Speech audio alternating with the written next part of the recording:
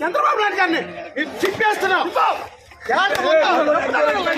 చంద్రబాబు నాయుడు గారు జైల్లో ఉన్నప్పుడు 50 రోజులు మేము నిద్ర లేకుండా ఆయన కోసం కష్టపడితే అరే చంద్రబాబు నాయుడు జైల్లోకి వెళ్ళిపోయారా టికెట్ అనేసి ఇదే శంకరాలు ఉత్సాహంగా పనులు చేసుకున్నారు. టికెట్ ఈ రోజు ఇస్తారా? తెలుగుదేశం 4 సంవత్సరాలు జగన్ మీద అనేక పోరాటాలు చేశాం. పార్టీ తరఫున అనేక పోరాటాలు జగన్ మీద చేశాం. అనేక పోరాటాలు చేశాం.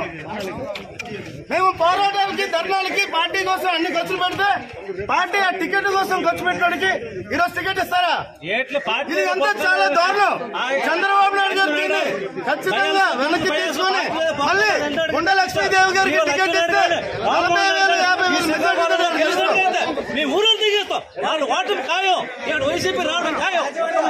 ఉత్తమ ఎమ్మెల్యే 2014 ఉత్తమ ఎమ్మెల్యేగా ఇచ్చాడు చంద్రబాబు నాయుడు గారే.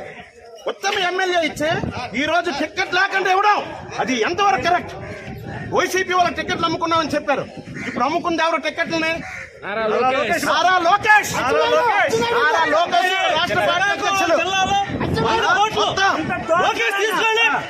కుటుంబానికి అన్యాయం చేశాడు కాబట్టి కుటుంబం అన్యాయం జరిగింది కాబట్టి ఇక్కడ టీడీపీ రాష్ట్ర వ్యాప్తంగా రాదని చెప్పేసి ఈ శ్రీకాకుళం జిల్లా నిర్మాతం అవుతుందని ఈ సభాముఖంగా తెలియబోస్తున్నాం.